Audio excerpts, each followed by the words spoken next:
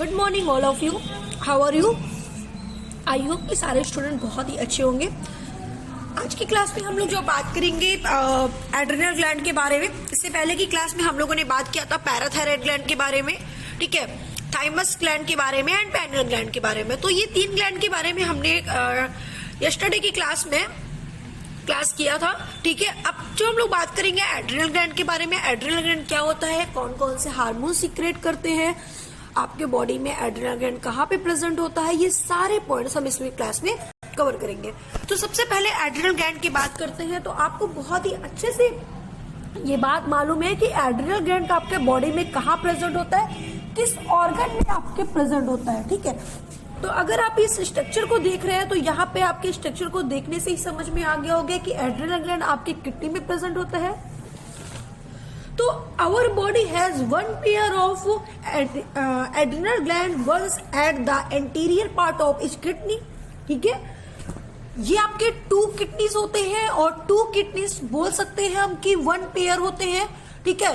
One pair बोले तो क्या, टू किडनीज प्रेजेंट होते हैं। ये दोनों किडनीज में आपके यहाँ पे येलो कलर का इस टाइप का एक स्ट्रक्चर होता है जिसे आप बोलते हो adrenal gland. The gland is composed of two types of tissue and cortex and medulla, ठीक है।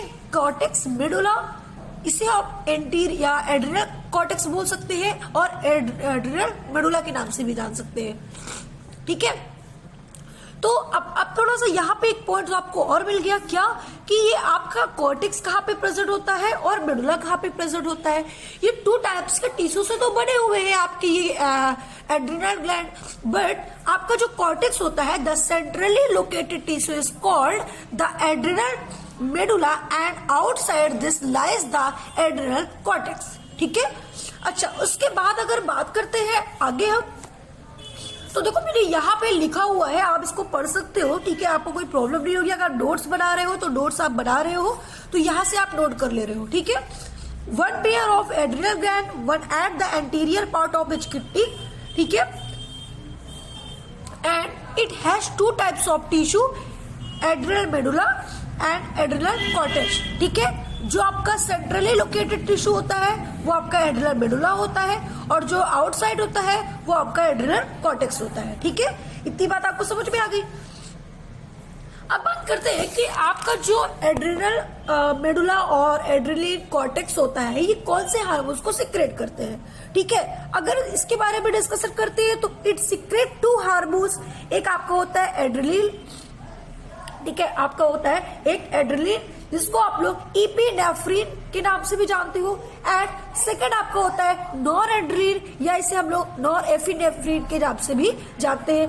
तो इस टाइप से आपके टू हार्मोन सीक्रेट होते हैं, किससे, आपका ये एड्रिनल ग्लैंड से, ठीक है। एड्रिनल ग्लैंड से आपके ये सीक्रेट होते हैं, लेकिन एड्रिनल ग्लैंड से जो सीक्रेट तो हो रहा है लेकिन सीक्रेट कॉर्टेक्स कर रहा है या मेडुला। तो आपको याद रखना है कि मेडुला है ना, it secret to hormones called, जो आपका एड्रिनल और नॉर एड्रिनल है ये मेडुला से सीक्रेट कर रहा है। तो मेडुला टू टाइप्स के हार्मोन्स को सीक्रेट करता है जिसे हम लोग एड्रिनल और नॉर एड्रिनल के नाम से जानते हैं, या एपिनेफ्रिन या नॉर एपिनेफ्रिन के नाम से जानते हैं।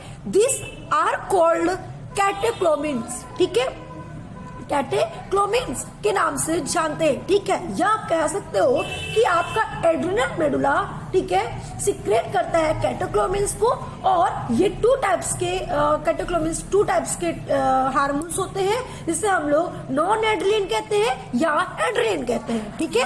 अब आप पर डिपेंड करता है कि आप किस पॉइंट की तरह आप अपने कॉपी में नोट करते हो, ठीक है। अच्छा, उसके बाद अगर बात करते हैं हम लोग थोड़ा सा, तो these are secrete is response to state of emergency, ठीक है।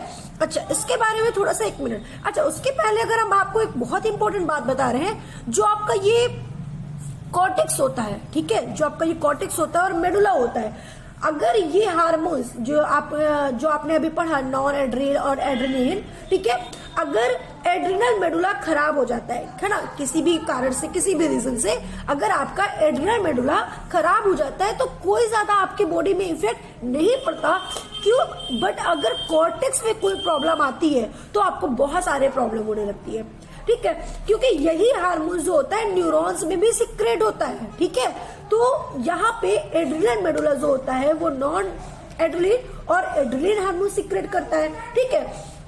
और ये कब सिक्रेट करता है आपके बॉडी में? ये हार्मोन्स आपके बॉडी में कब सिक्रेट होता है? जब आपके कहाँ पे ब्लड वेसल्स, हार्ड स्किन की ब्लड वेसल्स, ग्लूकोज का ब्रेकडाउन जब होता है ना, प्रोटीन का ब्रेकडाउन जब होता है, ग्लाइकोजन का जब ब्रेकडाउन होता है, ठीक है, तो उस वहां पे क्या होता है कि इसकी हेल्प करने में आपका नॉन एड्रिलिन और एड्रिलिन हार्मोन्स बहुत ही ज्यादा रोल निभाते हैं, ठीक है। तो आप कह सकते हो कि जब आपके ब्लड वेसल्स में या हार्ड स्किन की ब्लड वेसल्स या ग्लूकोज का ब्रेकडाउन हो रहा है या प्रोटीन का ब्रेकडाउन हो रहा है या ग्लाइकोजन का ब्रेकडाउन हो रहा है, इस तरह का जब हमारे बॉडी में कोई वर्क हो रहा हो तो इसमें बहुत ही ज्यादा इंपॉर्टेंट रोल होता है आपके नॉन एड्रिलिन और एड्रिलिन हार्मोन्स के, ठीक है। तो ये हार्मोन्स आपके बॉडी में तब सिक्रेट होंगे जब आप बहुत ही ज्यादा डर रहे होंगे, ठीक है। जब आपको डर लग रहा होगा तब ये हार्मोन सिक्रेट होता है ना। जब आप बहुत ज्यादा रनिंग करके आ रहे हो, रनिंग कर रहे हो, तब ये आपके हार्मोन सिक्रेट होता है, ठीक है। या आप कभी किसी से डर गए हो अचानक से, जैसे कभी कभी आप किसी चीज को देखते हो, आप डर जाते हो, तब ये हार्मोन सिक्रेट करता है। तो इसीलिए इस हार्मोन को हम इमरजेंसी भी बोलते हैं। यहाँ पे देखो, these are secreted in response to state of emergency situation, that is why they are called emergency hormones, ठीक है। इसीलिए इसको इमरजेंसी हार्मोन्स कहते हैं, क्योंकि ये इमरजेंसी में ही आपका सिक्रेट होता है। और ऑफ हार्मोन्स ऑफ फाइट और फाइट, ठीक है। तो आपको यहाँ पे समझ में आ गया होगा कि जब आप किसी चीज से डर रहे हो या आप रनिंग कर रहे हो, ठीक है, तब या बहुत जल्दी जल्दी आप भाग रहे हो, ठीक है, या बहुत जल्दी जल्दी किसी चीज से डर रहे हो, तो ये हार्मोन्स आपके बॉडी में सिक्रेट होता है और हार्ट बीट आपका क्या हो जाता है, काफी ज्यादा बढ़ जाता है और रेस्पिरेशन क्या होता है, तेजी से होने लगता है। ये तो एक कॉमन सी बात है कि आपको भी पता होना चाहिए कि जब हम कभी किसी चीज से डर जाते हैं या हमें कभी कोई डर होता है तो उसमें क्या होता है, स्वेट आने लगता है ना। एंड स्वेट के आगे हमारे हेयर्स जो होते हैं, ठीक है, जो हैंड्स के हेयर्स होते हैं वो क्या होते हैं, हम एक अगर बोले अपनी लैंग्वेज में अगर हम लोग बात करते हैं, जैसे हम लोग बोलते हैं ना कि भाई रोंगोटे खड़े हो चुके हैं, रोए खड़े हो चुके हैं, तुम्हें डर लग रहा है, तो ऐसा होने लगता है जब ये आपके बॉडी में हार्मोन सिक्रेट होता है, ठीक है। तो आपको याद रखना है, ठीक है। अच्छा, वैसे भी कॉमनली अगर बात करते हैं, अगर आप डरते हो तो आप, सिंपल सी बात है, जब हमें डर लगता है किसी चीज से तो क्या होता है, हमारे बॉडी में स्वेट्स आने लगता है, स्वेट आने लगते हैं, ठीक है। हमारे हेयर्स, हमारे हैंड्स के हेयर्स वगैरह क्या होते हैं ना, घुट्टे वगैरह खड़े होने लगते हैं। तो वैसे भी ये होता है कॉमनली, ठीक है।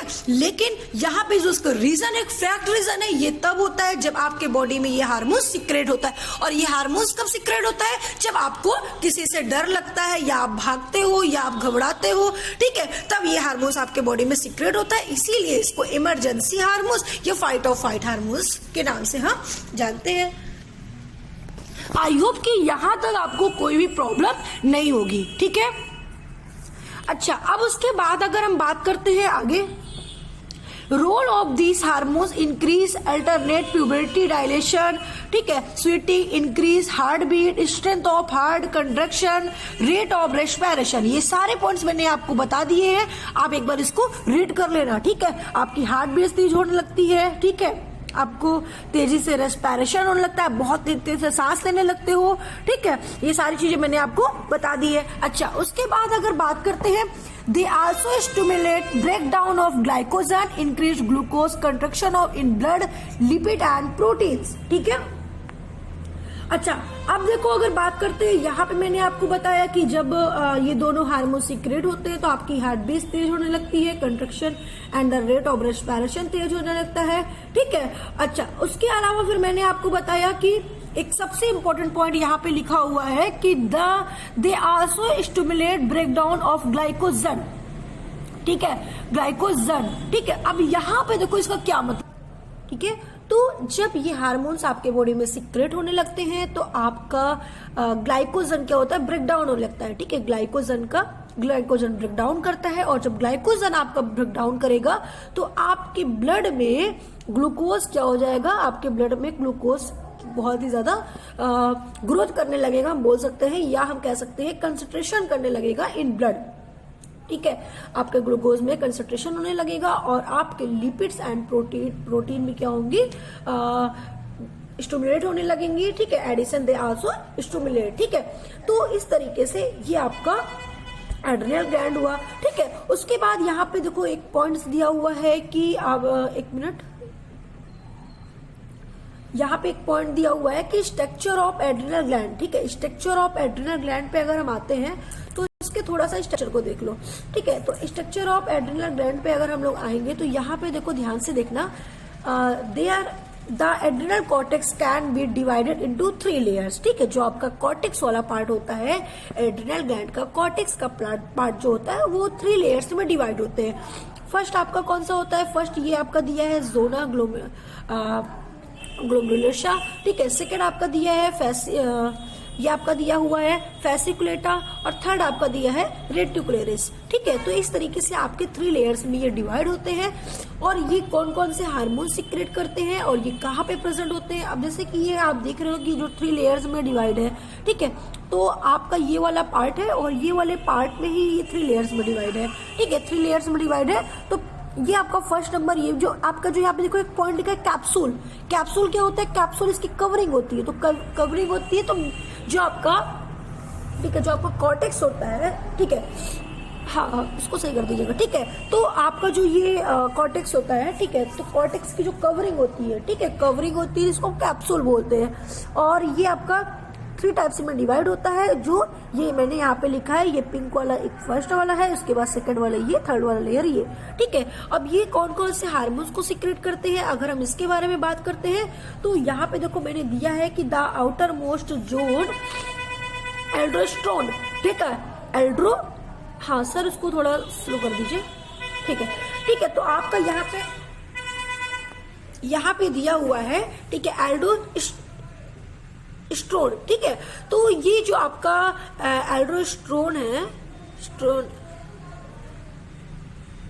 ठीक है, हाँ, तो ये हार्मोन्स कौन सीक्रेट करता है, तो ये आपका जोना ग्लोमेरुलोसा। ठीक है, और उसके बाद अगर बात करें डीपर लेयर की, जो सेंटर में होता है, तो वो भी एक हार्मोन्स को सीक्रेट करता है। ठीक है, जिसे हम लोग मिडिल लेयर के नाम से कहते हैं, और एक आपका रेडिकुलरिस होता है, ये भी आपका एक हार्मोन सीक्रेट करता है, जिसको हम लोग सेक्स हार्मोन्स करते हैं। तो इसमें हम लोग को थोड़ा सा डीप में बात करना है, आओ हम लोग थोड़ा सा डीप में बात करते हैं इसके बारे में। ठीक है, तो फर्स्ट आपका होता है ग्लैमेरुलोसा। ठीक है, ग्लैमेरुलोसा जो होता है, जोना ग्लैमेरुलोसा जो होता है आपका, ठीक है, ये कौन सा हार्मोन सीक्रेट करता है, तो आपने देखा आपका ये हार्मोन सीक्रेट करता है एल्डोस्टेरोन, और इसका काम क्या होता है, ये ब्लड में क्या करता है, वॉल्यूम को बढ़ाने का काम करता है।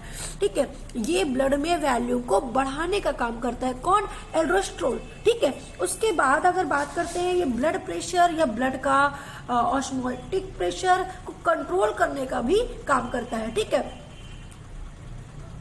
ठीक है, तो आपको यहाँ पे ये पॉइंट याद रखना है।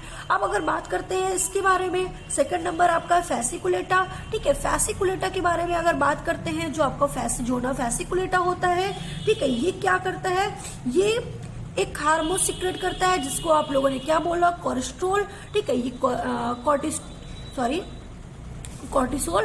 तो जो आपका कॉर्टिसोल हार्मोन होता है, ये ग्लूकोज की कंसंट्रेशन को बढ़ाने का काम करता है, या ग्लाइकोजन को तोड़ेगा और फिर किसी और से ये और बनाएगा। ठीक है, देखो यहाँ पे बहुत इंपॉर्टेंट पॉइंट मैं बता रही हूँ आपको, बहुत ध्यान समझिएगा। जो आपका फेसिकुलेटा हार्मोन्स होता है, ठीक है, जो फेसिकुलेटा आपकी लेयर्स होती है, तो फेसिकुलेटा जो आपका कॉर्टिसोल हार्मोन्स को सीक्रेट करता है, ये ग्लूकोज की कंसंट्रेशन को बढ़ाता है, और ग्लूकोज की कंसंट्रेशन को बढ़ाने के लिए आपको ग्लाइकोजन का ब्रेक डाउन करना पड़ेगा। तो ग्लाइकोजन का या तो ये ब्रेक डाउन करता है, उसको तोड़ता है, या अगर उसको और नीड है तो वो किसी और से कह देता है कि किसी और से कहता है कि भाई जैसे कि फॉर एग्जांपल अगर हम ले लेते हैं तो लीवर से कहता है, लीवर के पास जाकर लीवर तो ग्लाइकोजन को तोड़ो, और ग्लाइकोजन को जब तोड़ेगा तो उससे ग्लूकोज, ब्लड में ग्लूकोज की क्या होगी, कंसंट्रेशन बढ़ जाएगी। ठीक है, तो इस तरीके से ये जो पूरा प्रोसेस होता है कि जब ये ग्लाइकोजन को तोड़ता है या किसी और के थ्रू करवाता है ग्लाइकोजन को तोड़ने का, ठीक है, तो इस प्रोसेस को हम लोग बोलते हैं ग्लूकोनियोजेनेसिस। ठीक है, ग्लूकोनियोजेनेसिस। तो ग्लूकोनियोजेनेसिस क्या होता है, ग्लूकोनियोजेनेसिस हम किसे कहते हैं, आपको याद रखना है कि जब आपका ये हार्मोन्स किसी और पे डिपेंड होगा, ठीक है, किसी और से हेल्प लेगा, किसी और के थ्रू आपको ये काम करेगा, किसी और के सोर्स से ये अगर ग्लाइकोजन को तोड़ने के लिए बोलेगा, तो उस प्रोसेस को हम लोग बोलते हैं ग्लूकोनियोजेनेसिस। ठीक है, आप याद रखेंगे यहाँ पे। अच्छा, अगर यहाँ पे शायद मैंने मेंशन किया है, थोड़ा सा और देख लेते हैं, शायद नहीं होगा या होगा, देख लेते हैं। ठीक है, नहीं दिया हुआ है, कोई बात नहीं।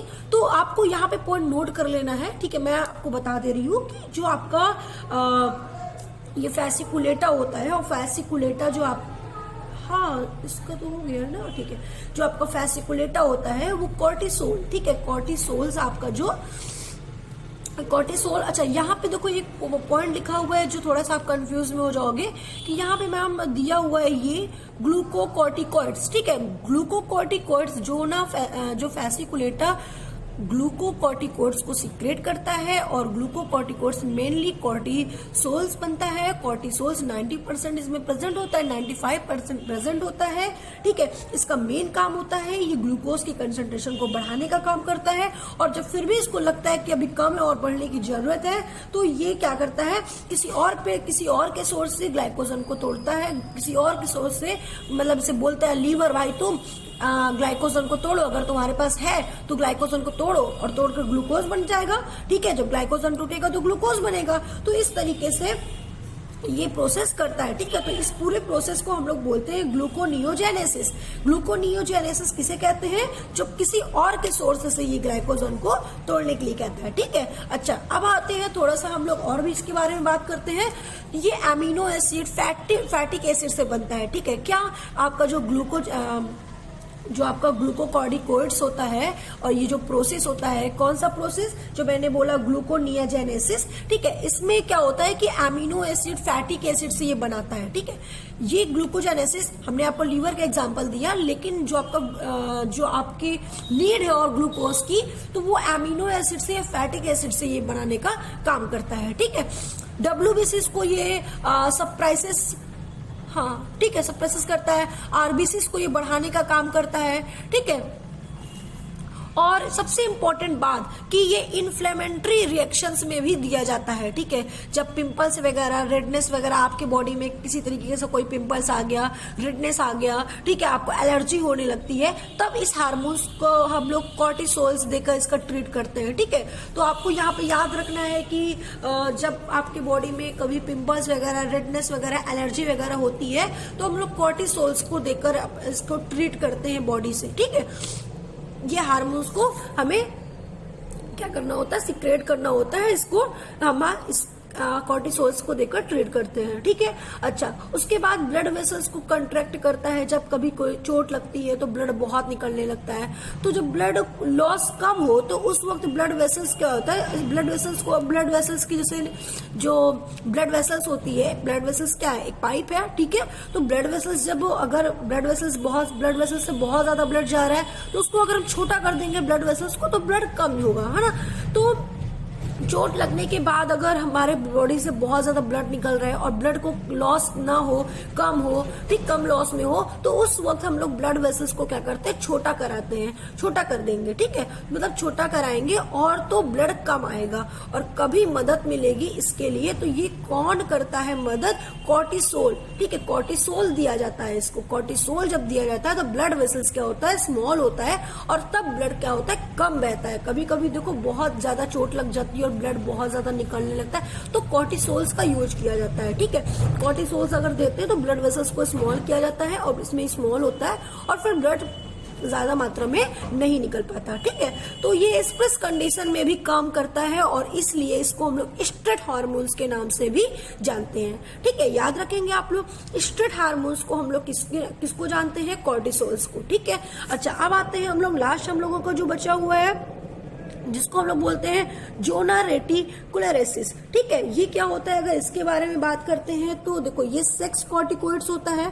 ठीक है, यहाँ पे लिखा भी होगा ये सेक्स कॉर्टिकोइड्स होता है। और जो सेक्स कॉर्टिकोइड्स होता है वो ये 2 टाइप्स के होते हैं। ठीक है, 2 टाइप्स के होने का मतलब ये कि आपका जो सेक्स हार्मोन्स होता है वो एक एड्रोजन होता है, एक ऑस्ट्रोजन होता है। ठीक है, तो एड्रोजन जो मेल में होता है और ऑस्ट्रोजन जो होता है वो फीमेल में होता है। ये क्या होता है? जब आपकी बॉडी में टाइम से पहले प्यूबर्टी लाइक कैरेक्टर्स आने लगते हैं। प्यूबर्टी लाइक कैरेक्टर्स बोले तो क्या, जैसे कि आपके बॉडी में टाइम से पहले आपकी सेविंग वगैरह आने लगी। ठीक है, टाइम से पहले आपके बॉडी में, ठीक है, प्यूबिक हेयर आने लगी, फेशियल हेयर आने लगी, ड्यूरिंग प्यूबर्टी होने लगी, एक्सियल हेयर्स आने लगी। तो ये सब टाइम से पहले जब आते हैं तो ये आपके बॉडी में क्या होता है कि ये आपके बॉडी में मेल में फीमेल हार्मोन्स का सोर्स और फीमेल में मेल हार्मोन्स का सोर्स। ठीक है, तो ये सेक्स कॉर्टिकोइड्स लाता है आपके बॉडी में। ठीक है, ये आप याद रखेंगे इसका एग्जांपल। तो इस तरीके से आपका ये काम होता है सेक्स हार्मोन्स का। ठीक है, याद रखेंगे 2 हार्मोन्स कौन कौन से? एड्रोजन और ऑस्ट्रोजन, और एड्रोजन मेल, ऑस्ट्रोजन फीमेल्स। ठीक है, अच्छा उसके बाद अगर हम आते हैं नेक्स्ट पॉइंट पे, अगर हम किस पे बात करेंगे? पैंक्रियास पे। पैंक्रियास क्या होता है आपका, अगर बात करते हैं हम थोड़ा सा। ठीक है, तो अगर आप पैंक्रियास के बारे में बात कर रहे हो तो pancreas is a composite gland which act both in exocrine and endocrine gland. ठीक है, पैंक्रियास आपका इंडोक्राइन ग्लैंड और एक्सोक्राइन ग्लैंड दोनों होता है। ठीक है, और इसे हम लोग हेट्रोक्राइन ग्लैंड्स के नाम से भी जानते हैं। यहाँ पे कोई इश्यू नहीं होनी चाहिए आपको। ठीक है, तो याद रखिएगा इसका मतलब ये कि आपका पैंक्रियाज होता है वो एंजाइम भी सिक्रेट करेगा और आपका हार्मोन्स भी सिक्रेट करेगा। करेक्ट, एंजाइम और हार्मोन्स दोनों सिक्रेट करेंगे। याद करिए जब मैंने आपको फर्स्ट क्लास में स्कूल में पढ़ाया था तो वहां पे ही मैंने बताया था आपको कि आपका एंजाइम इंडोक्राइन और एक्सोक्राइन होता है। एक एंजाइम होता है सिक्रेट करता है, एक हार्मोन सिक्रेट करता है। जो हार्मोन सिक्रेट करता है वो डेक्टिलस होता है और जो एंजाइम सिक्रेट करता है वो डेक्टिलस नहीं होता। तो एंजाइम और पैंक्रियास का सबसे अच्छा एग्जांपल है, मैंने एक मिक्स्ड ग्लैंड भी बताया था, मिक्स्ड ग्लैंड में सबसे अच्छा एग्जांपल पैंक्रियास का होता है। पैंक्रियास आपका इंडोक्राइन और एक्सोक्राइन दोनों होता है। ठीक है, इसको हम लोग हेट्रोक्राइन के नाम से भी जानते हैं। ठीक है, अच्छा अब देखो बात करते हैं endocrine pancreas consist of islets of Langerhans. ठीक है, which contain alpha cells, beta cells and the alpha cells secrete hormones glycogen and beta cells secrete hormones insulin। ठीक है, अगर थोड़ा सा यहाँ पे अगर हम लोग डिस्कशन करें, ठीक है, तो यहाँ पे आपको एक पॉइंट याद रखना है कि जो पैंक्रियाज होता है, ठीक है, पैंक्रियाज में लैंगरहैंस की एक आइलेट्स होती है। ठीक है, पैंक्रियाज में एक लैंगरहैंस की आइलेट्स होती है। ठीक है, आइलेट्स ऑफ लैंगरहैंस। तो जो आइलेट्स होती है वो अल्फा सेल और बीटा सेल्स होती है। ठीक है, जो आइलेट्स होती है वो 2 होती है, एक अल्फा सेल्स होती है और एक बीटा सेल्स होती है। ठीक है, तो अल्फा सेल्स जो होती है वो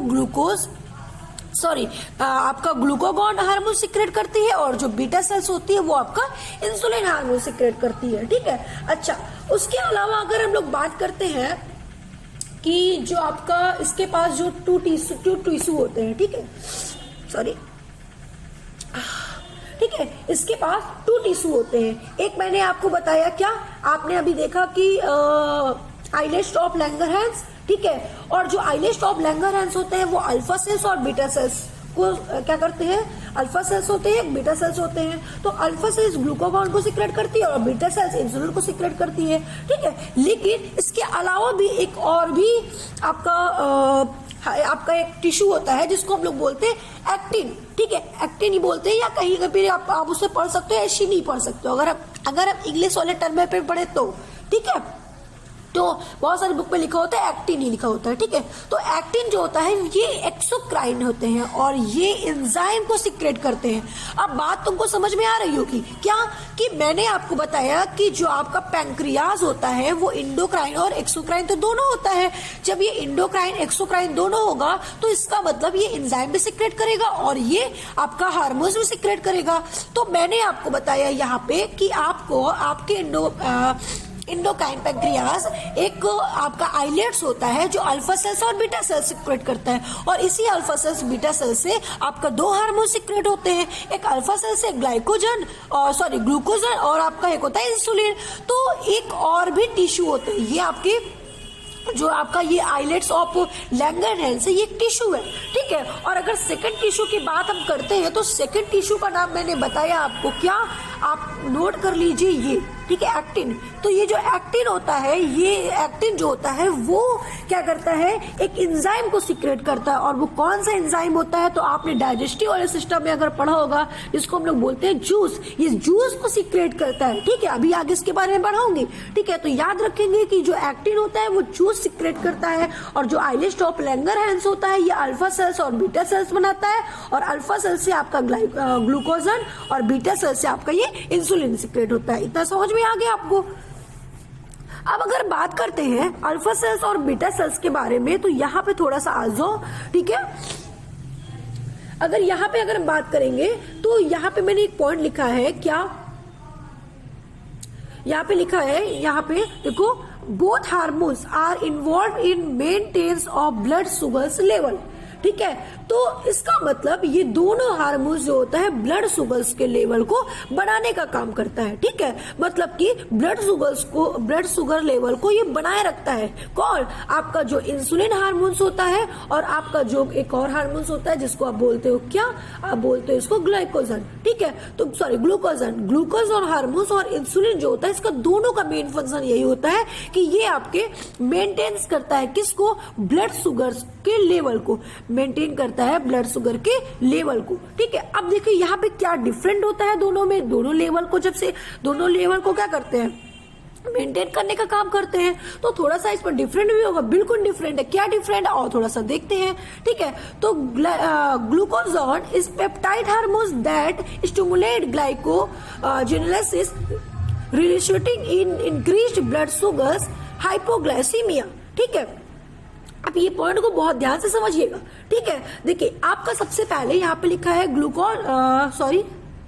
आपका लिखा है ग्लूकागॉन, ठीक है। ग्लूकागॉन जो होता है वो एक पेप्टाइड हार्मोन्स है, ठीक है। चाहे हम ग्लूकागॉन हार्मोन्स की बात करें, चाहे इंसुलिन की हार्मोन्स बात करें, ये पेप्टाइड हार्मोन्स है, ठीक है। ये पेप्टाइड हार्मोन्स है। और जो ग्लाइकोजेनेसिस, ठीक है, ध्यान समझिएगा, जो ग्लाइकोजेनेसिस, ठीक है, जो ग्लाइकोजेनेसिस को रिलेस्टिंग करती है, ठीक है, रिलेस्टिंग या कह सकते हैं उत्तेजित करती है, जिसमें ब्लड शुगर आपका हाइपरग्लाइसीमिया क्या होता है, बढ़ जाता है, ठीक है। ध्यान समझना, मैंने क्या बताया, ये एक पेप्टाइड हार्मोन्स होती है और ये क्या करती है, ग्लाइकोजेनेसिस को क्या करती है, बहुत ज्यादा रिलेस्टिंग करती है, ठीक है,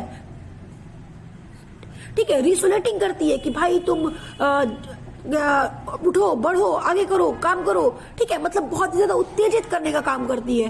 तो रिसुलेटिंग करने का जो काम करती है, और जिसमें ब्लड शुगर क्या होता है आपका बहुत ही ज्यादा बढ़ जाता है, जिसे हम लोग हाइपरग्लाइसीमिया के नाम से जानते हैं। तो इसका मतलब ये कि आपका जो हाइपरग्लाइसीमिया कब बढ़ता है, जब आपका ये हार्मोन्स, ठीक है, ये हार्मोन्स आपका ग्लूकागॉन हार्मोन्स आपका क्या करता है, जब स्टिमुलेट करता है, ठीक है, रिसोलेटिंग करता है किसे, आपका जिनोलाइसिस, ठीक है। तो ग्लाइकोजिनोलाइसिस को जब रिसोलेटिंग करता है, ठीक है, और उसके दौरान आपका ब्लड शुगर क्या होता है, बहुत ही ज्यादा इंक्रीज हो जाता है, बढ़ जाता है, जिसे हम लोग क्या बोलते हैं, हाइपरग्लाइसीमिया बोलते हैं, ठीक है। इतना आपको समझ में आ गया होगा। आई होप कि यहाँ पे आपको कोई प्रॉब्लम नहीं होगी। तो आपने देखा कि आपका जो होता है ये ग्लूकागॉन आपका क्या होता है, इसका ब्लड लेवल, ब्लड में जो ग्लूकोज का लेवल है वो बढ़ाने का काम करता है। ठीक है, अब इंसुलिन पे आ जाओ थोड़ा सा। अगर इंसुलिन की बात करते हैं तो insulin is a peptide hormone that play major role regulation glucose. ठीक है, आपका ग्लूकोज होमेटो, हाँ ठीक है, सही तो है। ठीक है, तो इसका जो इंसुलिन होता है वो क्या करता है, इंसुलिन एक पेप्टाइड हार्मोन है, ये मैंने आपको पहले ही बताया, जो ग्लूकोज को, ठीक है, होम्योस्टेसिस, ठीक है, होम्योस्टेसिस के इंपॉर्टेंट रोल निभाती है। ठीक है, आपका जो ये इंसुलिन हार्मोन्स होता है, इंसुलिन हार्मोन्स क्या करती है, होम्योस्टेसिस का बहुत ही इंपॉर्टेंट रोल निभाती है। और ये किस पर एक्ट करती है अगर हम बात करते हैं, ठीक है, जो आपका इंसुलिन हार्मोन्स होता है आपका किस पर एक्ट करती है, तो यहाँ पे मैंने एक पॉइंट दिया है, ध्यान से समझिएगा। देखिए मैंने यहाँ पे आपको 2 पॉइंट बताया। पहला, आपका इंसुलिन एक पेप्टाइड हार्मोन्स है और ये बहुत ही इंपॉर्टेंट रोल निभाती है। ठीक है, बहुत ही इंपॉर्टेंट रोल निभाती है, जिससे हम हाँ ठीक है, जिसको हम लोग होम्योस्टेटिस, ठीक है, होम्योस्टेटिस का बहुत ही इंपॉर्टेंट रोल ये आपको निभाती है। और ये ब्लड में ग्लूकोज को कंट्रैक्शन करती है। ठीक है, कंसंट्रेशन करने का काम करती है, ब्लड मतलब कंसंट्रेशन को कम करने का काम करती है।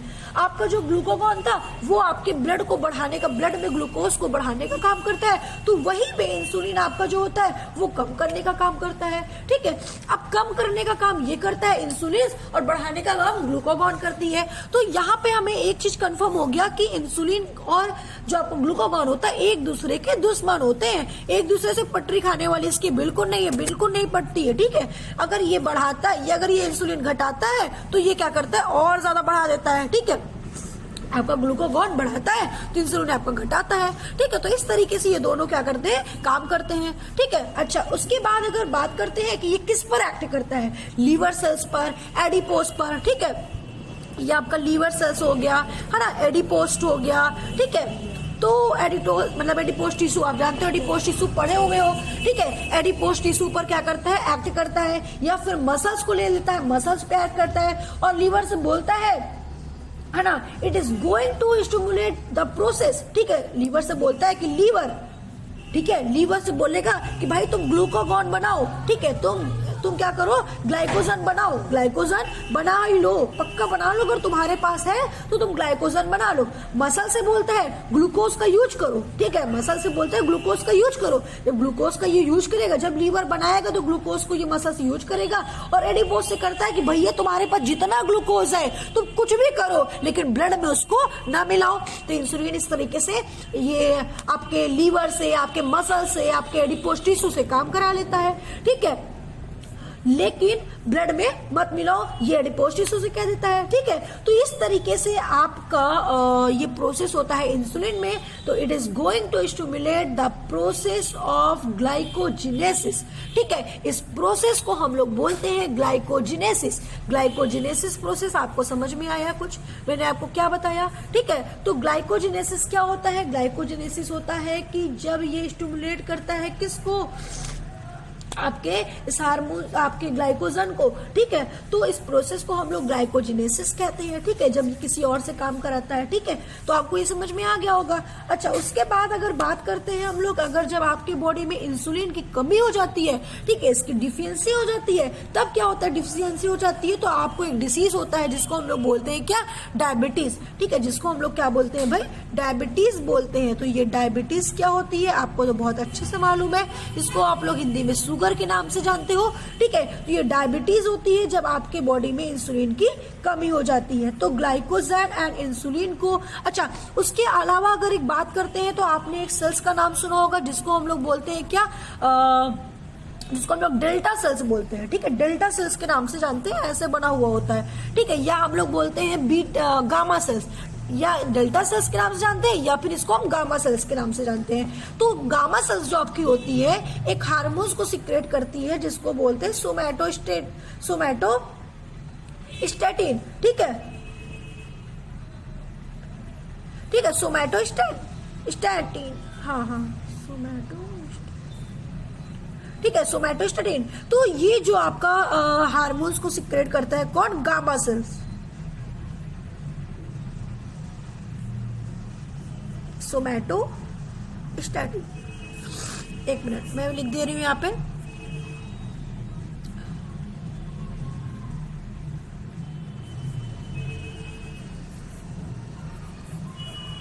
ठीक है, तो ये जो सोमैटोस्टेटिन हार्मोन्स को सिक्रेट करता है कौन? आपका जो ये गामा वाला होता है, ठीक है, गामा सेल्स होता है। तो ये जो आप इसका काम क्या होता है सोमैटोस्टेटिन का? ये क्या करता है? ये अल्फा सेल्स और बीटा सेल्स मतलब कि इंसुलिन और आपका ग्लूकागॉन इन दोनों को इनहेबिट करता है। ठीक है, याद रखेंगे। तो आपको एक सबसे इंपॉर्टेंट पॉइंट मैंने आपको बताया। ठीक है, तो इस तरीके से आपको याद रखना है। पैंक्रियाज आपका कंप्लीट हो गया है। पैंक्रियाज में कौन कौन से सेल्स प्रेजेंट होते हैं अगर आपसे पूछा है तो आप बता सकते हो, अल्फा सेल्स, बीटा सेल्स और गामा सेल्स। ठीक है, अल्फा सेल्स का कौन से हार्मोन सिक्रेट करता है? तो ग्लूकागॉन, बीटा इंसुलिन, और आपका अगर पूछा जाए डेल्टा कौन सा करता है तो आप बताते हो सोमैटोस्टेटिन।